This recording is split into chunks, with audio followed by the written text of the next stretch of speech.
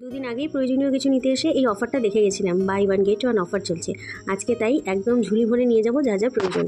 তবে হ্যাঁ, পিকুর summer vacation চলছে আর এই সুযোগটায় ওকে শেখাবো গ্রসারি শপিং করা। আমার সাথে বাজারঘাটে বেরিয়ে বেরিয়ে টুকটাক অনেক কিছুই কেনাকাটা করে শিখে গেছে।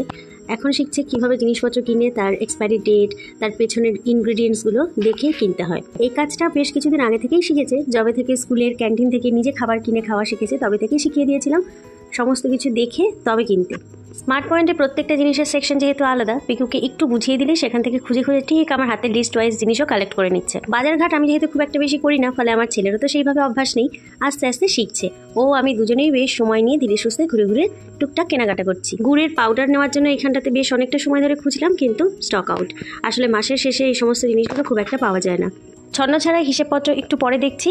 তবে যেই জায়গায় গেলে সমস্ত মিল্ক প্রোডাক্ট পেয়ে যাবো, এবার যাই ফ্রিজে। এই ফ্রিজ ঘেটে সমস্ত কিছু কালেক্ট করা পিকুর সব থেকে প্রিয় কাজ। এই ফ্রিজটা ঘাটার জন্যই। আর এই ফ্রিজের ডান দিকে একটা র্যাক আছে যেখানে স্টেশনারি জিনিসপত্র পাওয়া যায়। এই দুটো জায়গা ঘাটার জন্যই বারবার স্মার্ট পয়েন্টে আসতে চায়। আমার পছন্দ মতো জিনিসপত্র যখন সে খুঁজে খুঁজে দিচ্ছে, তাকেও একটু সুযোগ দেওয়া উচিত তার পছন্দ মতো জিনিসপত্র কিছু তুলে নিক। তবে মনটাও একটু শান্ত হবে, স্থিরভাবে আমাকে জিনিসপত্র দেখতে দেবে। তবে আজকে বাড়ি থেকে বেরোনোর সঙ্গে সঙ্গেই বুঝিয়ে একদম মাথা ঠান্ডা করিয়ে নিয়ে এসেছিলাম, স্টেশনারি আইটেম থেকে আজকে কিচ্ছু কিনে দেবো না। এত জিনিসপত্র অবান্তর কিনে নিয়ে যায় মাঝে মধ্যে, ওর পড়ার ডেস্ক গোছাতে গোছাতে আমার মাথা খারাপ হয়ে যায়।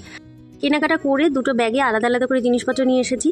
এটার মধ্যে রয়েছে মিল্ক প্রোডাক্টগুলো, যেগুলোকে এনেই ফ্রিজে ঢোকাতে হবে, সেইগুলোকে সব এই সাদা ব্যাগটার মধ্যে করে নিয়ে এসেছি। আর চটের ব্যাগে রয়েছে অন্যান্য জিনিসপত্র। এখানে নিয়ে এসেছিল 3টে রোজ ফ্লেভারের লস্যির প্যাকেট, 2টো ম্যাঙ্গো ফ্লেভারের লস্যির প্যাকেট, আমি নিয়ে এসেছিলাম 2টো দুধের প্যাকেট, আর এনেছে 2টো আম দই আর ছোট্ট একটা কাপ টক দই। আরও প্রচুর কেনাকাটা করার দরকার ছিল, তবে আমি আর বইতে পারবো না বলে আর তেমন কিছু আনিনি। ওর বাবার কাছে লিস্ট পাঠিয়ে দিয়েছি, পরবর্তী বাজারপত্র ওর বাবা করে নিয়ে আসবে। 3টে ব্রাশের সেট নিলাম, আর আমার রোজ ওয়াটারটা শেষ হয়ে গেছিলো বেশ অনেক দিন, সেটা নিলাম। আর এই একটা কোকোনাট অয়েল নিয়ে এসেছি আমার বাবার জন্য, বাবা বেড়াতে আসবে। আর একটা ওডোনিল নিয়েছি এই টিকটাক পিকুর জন্য। আর নিয়েছিলাম কয়েকটা বিস্কুট। তবে 50-50 ডিসকাউন্টের ওখান থেকে খুব একটা ভালো ভালো পছন্দসই বিস্কুট পেলাম না। পিকুর কেক, একটা টমেটো কেচাপ, আর আমাদের ঘরে সবসময় তো ব্ল্যাক সল্ট লাগেই, সেটা একটা রয়েছে। এটাও একটা বিস্কুট, চা দিয়ে খাওয়ার জন্য একটু ভ্যারাইটি খুঁজে খুঁজে নিয়ে এসেছি। একটা নিউট্রি চয়েস আছে। এবারে আমি নিয়ে আসলাম এই গ্রিন কালারের কমফোর্টটা। ব্লু আর পিঙ্ক যে কৌটোগুলো হয় সেইগুলো ব্যবহার করেছি বহুবার, এবার একটু চেঞ্জ করলাম। নিউট্রি চয়েস 2 রকম নিয়ে এসেছি, একটা ডাইজেস্টিভ কুকিজ আর একটা সুগার ফ্রি।